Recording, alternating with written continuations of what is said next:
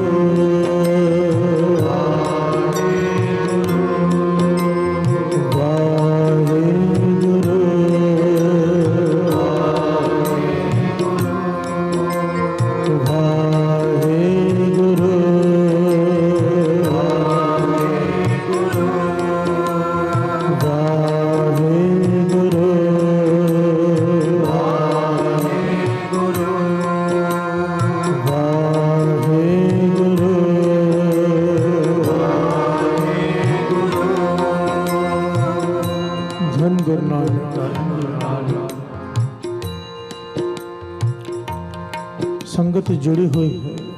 महापुरुष नाम सिमरन का अभ्यास करा रहे हैं। अचानक संत गोपाल दास जी खड़े हो गए। आसमान की तरफ देखकर वाह वाह वाह वाह करने लगे। ऊपर देख रहे हैं, छत है, लोगों को कुछ दिखाई नहीं दे रहा, पर उन्हें ब्रह्म ज्ञान है, ब्रह्म दृष्टि है। प्यार से बोलिए धन गुरु नानक, धन गुरु नानक। ऊपर देखकर आकाश की तरफ वाह वाह करते जा रहे हैं। फिर बैठ गए। संगत में से किसी ने पूछा, महापुरुषों क्या देखा आपने? महापुरुष कहने लगे,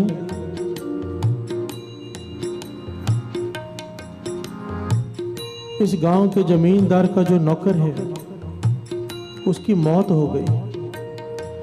देवता उसे विमान में बिठाकर लेकर जा रहे हैं, उसकी जय जयकार करते हुए। बड़े सत्कार से उसे सचखंड लेकर जा रहे हैं। यह नज़ारा देखकर हमारे मुंह से निकल गया वाह वाह वाह वाह। प्यार से बोलिए धन गुरु नानक, धन गुरु नानक। अब कुछ लोग संगत में ऐसे होते हैं जिन्हें विश्वास नहीं आता।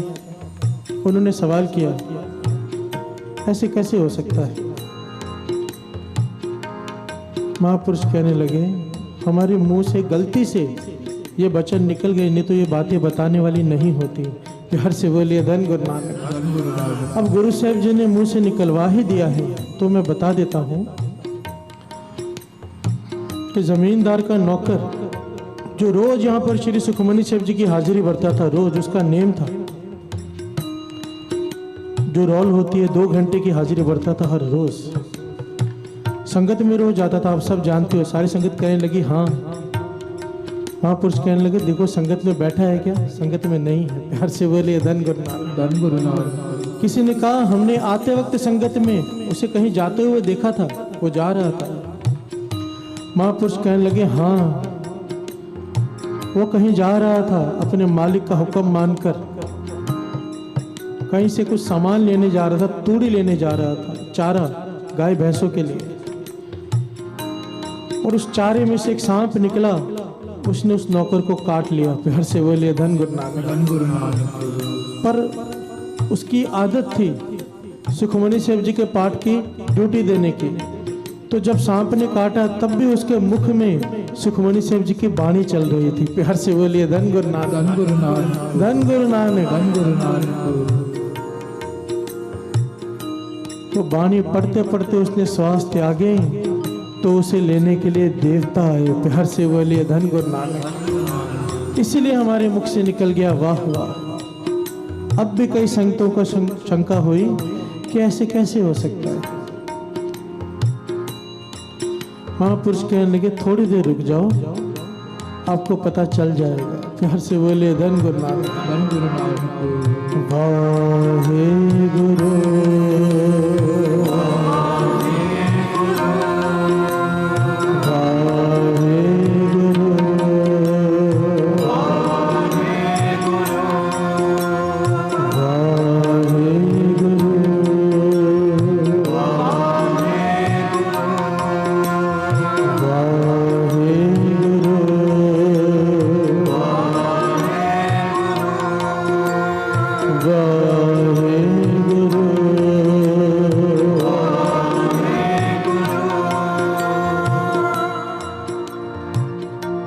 महापुरुष बैठे हैं, संगत बैठी है। कुछ देर में जमींदार वहां पर आ गया और हाथ जोड़कर कहने लगा संगत से कि जो मेरा नौकर था वो रोज सत्संग करता था, कुछ देर पहले उसे सांप ने काट लिया, उसकी मौत हो गई है।